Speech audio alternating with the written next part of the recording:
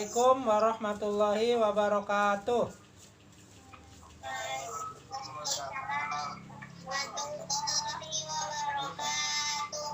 Alhamdulillahirabbil alamin. Wassalatu wassalamu ala asyrofil anbiya'i wal mursalin Sayyidina Muhammadin wa ala alihi wa sahbihi wa sallim ajma'in. Asyhadu an la ilaha illallah wa asyhadu anna Muhammadan abduhu wa rasuluh la nabiyya ba'da. Yang sama-sama kita sayangi, kita cintai nenek.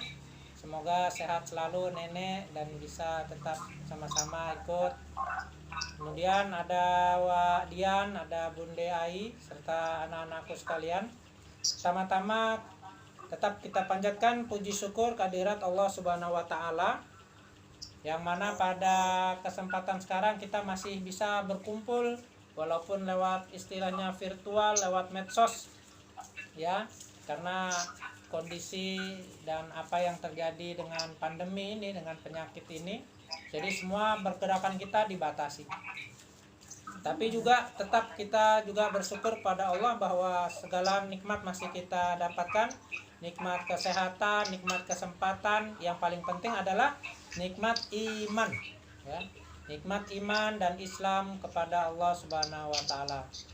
Salawat beserta salam selalu juga kita panjatkan, kita sampaikan kepada junjungan kita Nabi besar Muhammad Sallallahu Alaihi Wasallam, yang semoga kita mendapatkan syafaatnya nanti di hari kiamat, di hari yang tidak ada bisa memberi syafaat. Orang yang bisa memberi syafaat cuma Nabi Muhammad Sallallahu Alaihi Wasallam.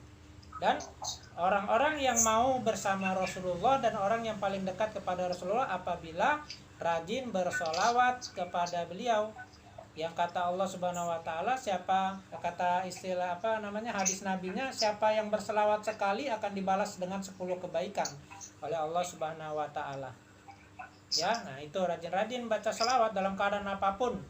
Pernah itu ada sahabat yang bertanya, saya kalau selawat berapa kali ya? Kamu bisa berapa kali? Kata Nabi. Kalau 10 kali boleh, kata Nabi. Sehari 10 kali boleh. Lebih dari itu Rasulullah boleh. Lebih dari itu 100 kali boleh. Lebih dari 100 kali boleh juga. Jadi semakin banyak akan semakin sering kita mengingat pada Allah Subhanahu, kepada Nabi Muhammad Shallallahu Alaihi Wasallam. Anak-anak semua, bahwa untuk tausiah kita pada hari ini kita ambil, ke Bapak mau ambil tentang wudhu ya, ada dengan kaitannya dengan sholat. Bapak mau ambil tentang wudhu ya. Bapak yang khawatirkan anak-anak wudhunya udah betul atau belum ya, sebagai syarat sah sholat, sebagai syarat sah sholat, sebagai syarat sah sholat, bahwa yang wajib pertama salah satunya adalah wudhu ya. Selain yang, kalau yang wajib kan yang udah baligh, udah berakal, Islam ya. Yang paling penting itu adalah yang paling penting adalah wudhu. Wudhu itu ya, ada yang wajib sebagai satu kewajiban, gak boleh tinggalkan. Ada yang sunnah ya, yang lebih baik dikerjakan daripada nggak dikerjakan ya. Coba Bapak mau tanya dulu ini sama Bang Fakhri nih, kalau wudhu apa aja yang dilaksanakan, apa namanya, rukunnya wudhu lah. Nah, Bang Fakhri masih ingat nggak? Ya. Bagian-bagian wudhu yang dibasuh pakai air. Ya. Apa saja? Tangan. Iya, kumur, hidung, muka, rambut, telinga, kaki.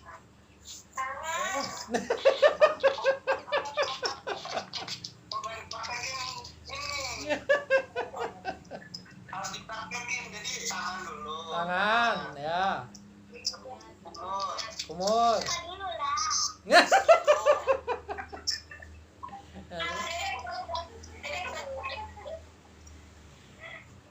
Tangan, kumur, hidung, terus muka.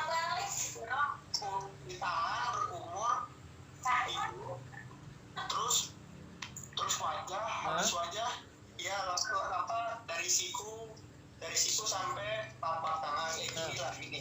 Ya. Dari siku masuk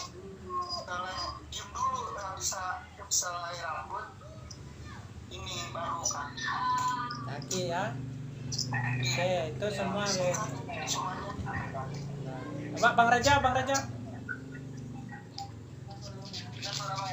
Ya, kedengeran, ayo. Pertama niat. Ya.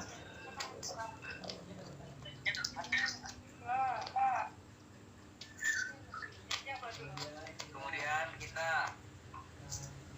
cuci tangan. Ya. Terus kita kumur-kumur sama insaf hirup. Ya. Nah. 3 kali. Ya. Terus kita membasuh muka itu sampai ke sini nih. 3 kali. Ya. Terus kita membasuh tangan kita dari ujung sampai ke siku. Kanan dulu 3 kali. Ya. Kemudian sebelah kiri 3 kali juga. Terus kita membasuh kepala kita semuanya. Lalu telinga kita basuh juga. Baru kita membasuh lalu nyala-nyala jari kaki dimulai dari sebelah kanan dan kiri 3 kali sampai mata kaki, mata kaki. Ya. Lalu kita disunahkan membaca doa setelah. Oke, itu ya, itu sama ya, Bang Fahri sama Bang Reja saling menyempurnakan di antara itu. Nah, sekarang Kak Dinda paham itu semua, Dinda? Bang Fadil paham itu semua tadi? Kak Arwah paham tadi semua? Baca niat itu enggak sebelum jari loh. Baca niat.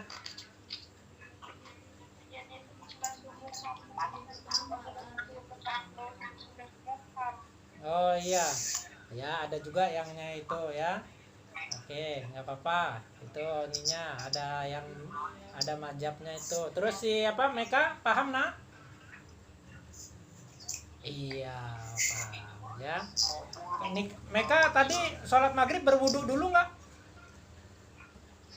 Berwudu nggak tadi? Oh iya, oke ya.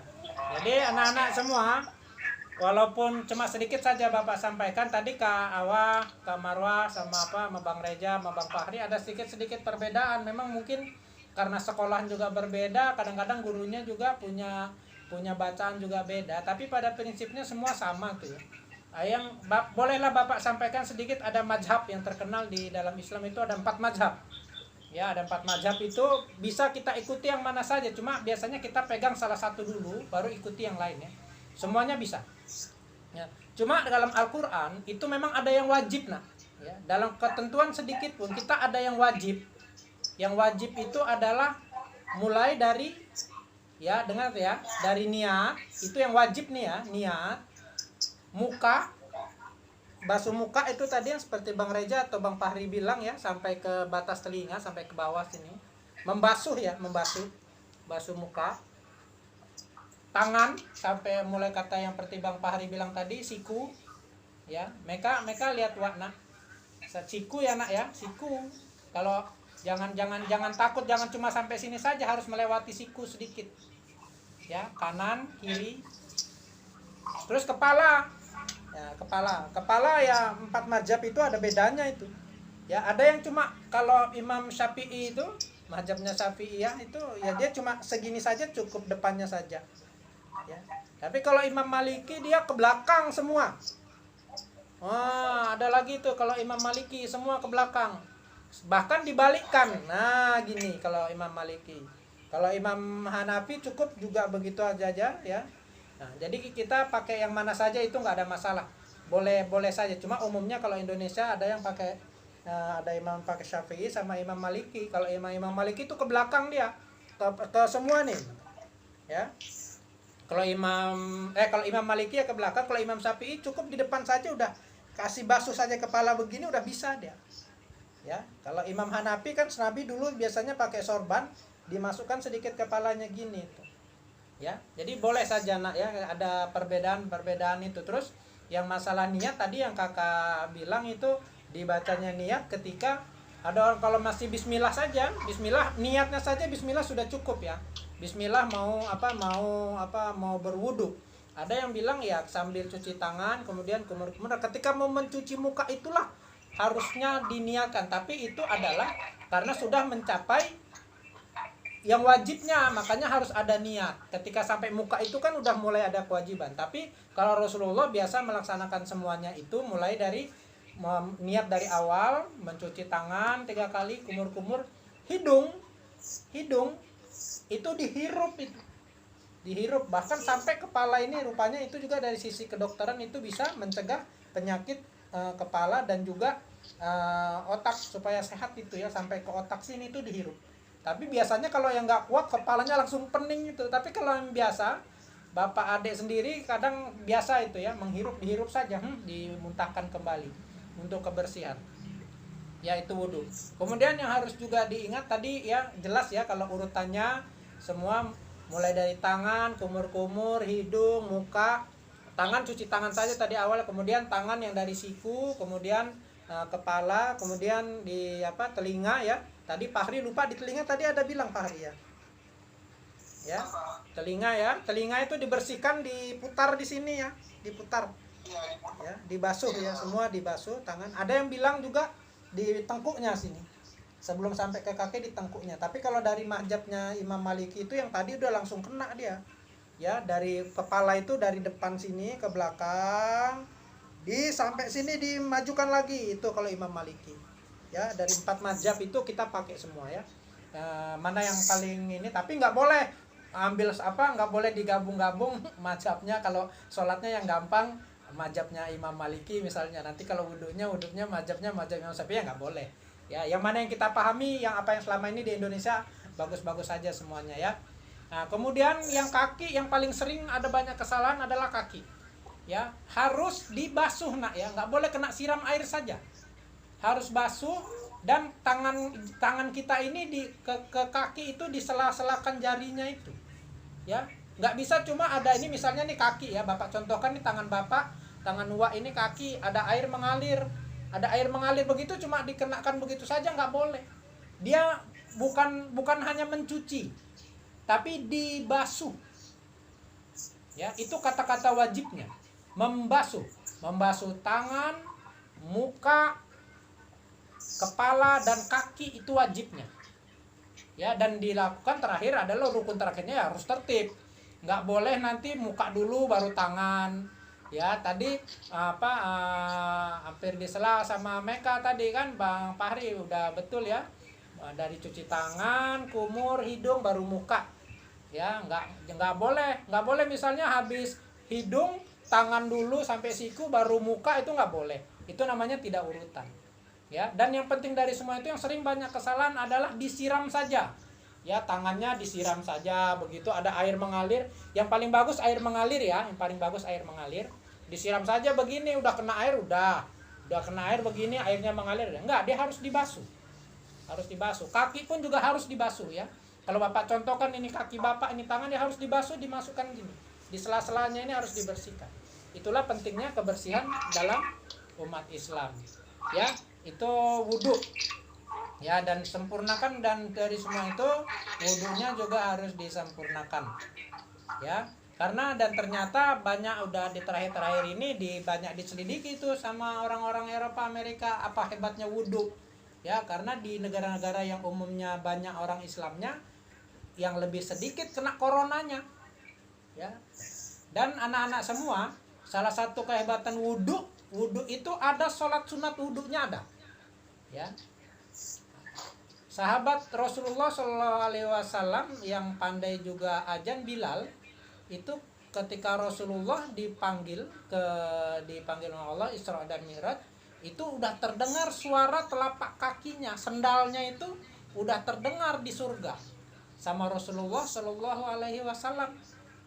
Ya, ketika ada sahabat yang bertanya, coba Rasulullah, kenapa sahabat Bilal telapak sendalnya sudah bisa terdengar suaranya di surga, padahal orangnya masih hidup di dunia ya bersama Rasulullah SAW.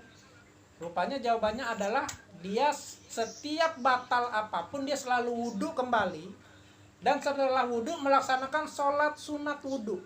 Nah, saking hebatnya itu wudhu untuk umat Islam, ya, selain untuk sholat dan diamalkan. Dan alhamdulillah kalau bapak ya Wade ini, kalau misalnya wudhunya batal, tetap habis itu wudhu lagi. Walaupun cuma sekedar yang sunat, yang wajibnya saja, muka, tangan, kepala, kaki. Tapi kalau untuk sholat tetap disempurnakan. Ya, untuk sholat tetap disempurnakan. Tapi kalau misalnya untuk nggak sholat, apalagi dalam perjalanan, yang wajibnya itu yang dikerjakan. Nah, kalau anak-anak sempat semua, Nanda semua sempat, kalau misalnya ada sholat apa wudhu, ya sempat-sempatkan juga sholat sunat wudhu ya. Itulah yang dikerjakan oleh Bilal, sahabat Bilal radhiyallahu anhu, yang kalau habis wudhunya itu nggak pernah batal ya. Ya, wudhu nggak pernah. Setiap habis ada misalnya ada keperluan buang air besar atau buang air kecil, batal ya wudhu lagi. Ya, batal wudhu lagi. Habis itu dia sering melaksanakan sholat sunat wudhu. Itulah yang membuat sahabat Bilal itu ketika ditanya kok suara selopnya udah sampai di surga, karena sering melaksanakan wudhunya nggak pernah batal sama sholat sunat wudhu. Ya, itulah kebersihan dari kepentingan wudhu.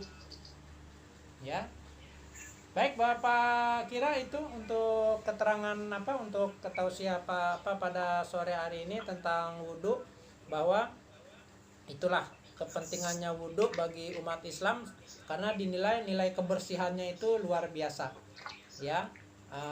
Dari setiap yang Bapak sampaikan tadi, diusahakan tetap wudhu, apalagi bagi abang-abang ini ya, semuanya paling agak lebih mudah. Dan ingat, yang paling sering dilakukan kesalahan dalam berwudhu adalah disiram saja, tapi yang benar adalah harus dibasuh.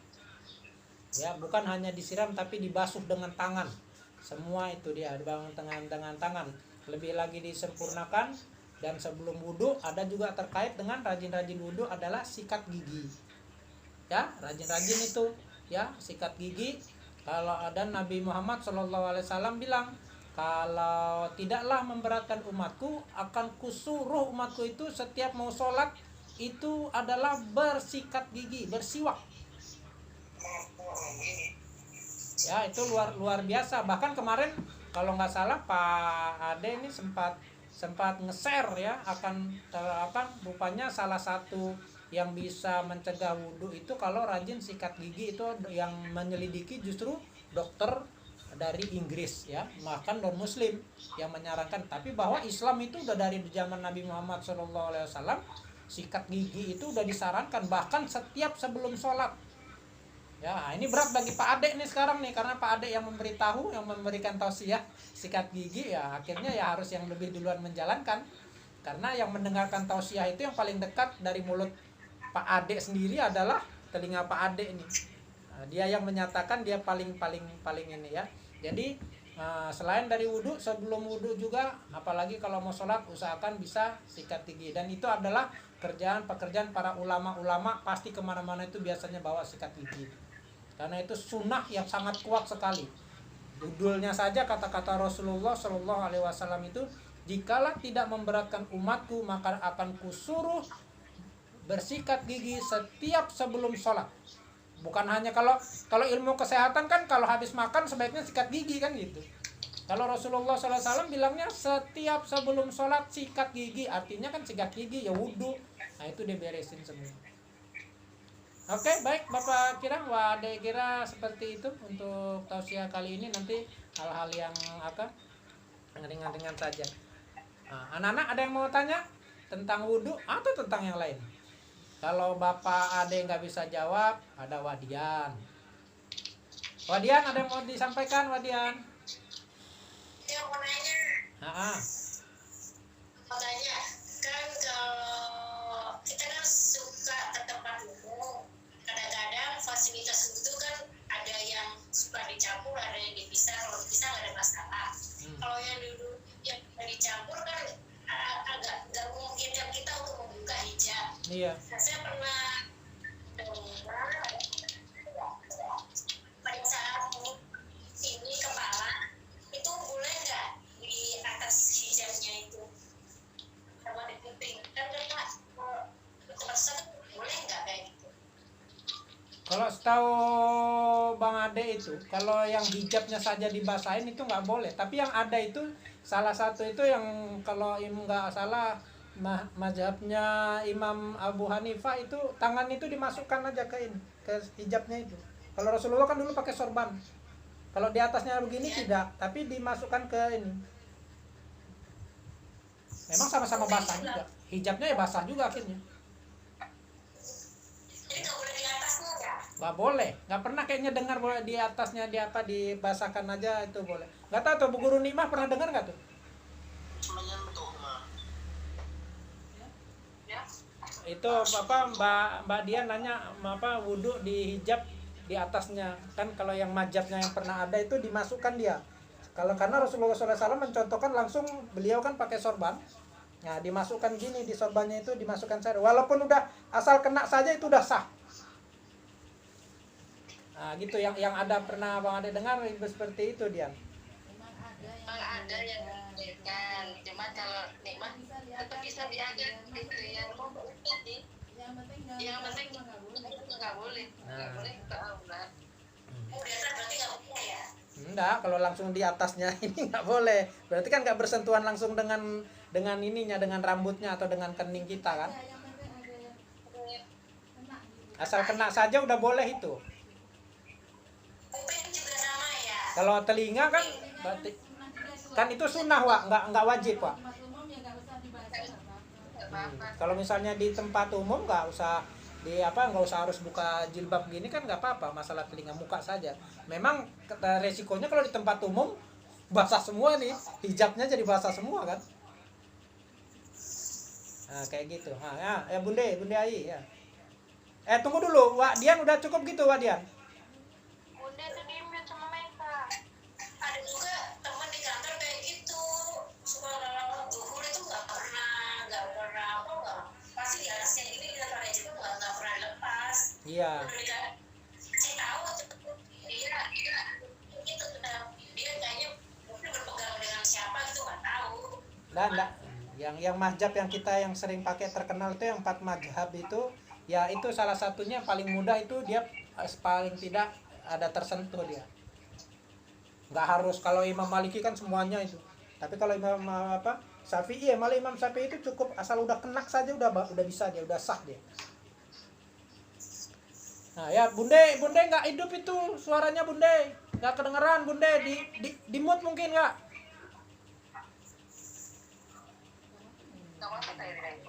Beka Bari.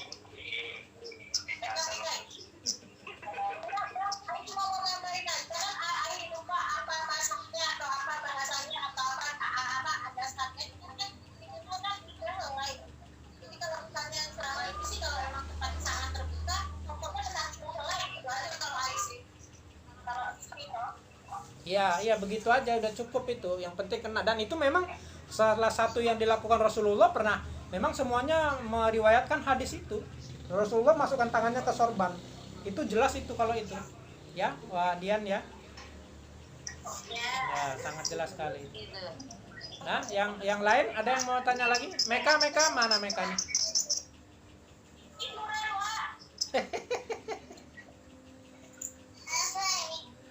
Ada lagi? Ada yang mau tanya yang lain? Ada yang mau disampaikan lagi? Udah? Ya, yang penting itu anak-anak ya, rajin wudhu, kemudian sikat gigi sebelum sholat, sebelum wudhu, sikat gigi. Kemudian juga usahakan sesekali ada pernah selama hidup paling tidak ada ngerjakan sholat sunat wudhu namanya. Ya, oke, Mbak. Di sini udah masuk Isya. Nah, sebelum kita tutup, Nenek ada nyampaikan apa Nenek buat kami, Nek?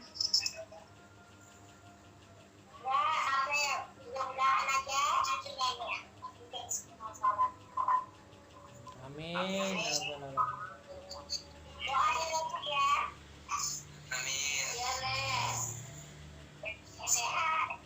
Amin ya, semoga semua kita sehat-sehat ya.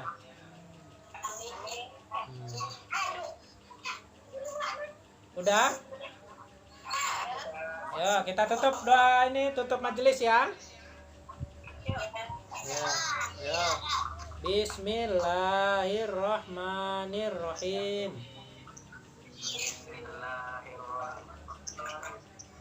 Subhanaka Allahumma wa bihamdika asyhadu an la ilaha illa anta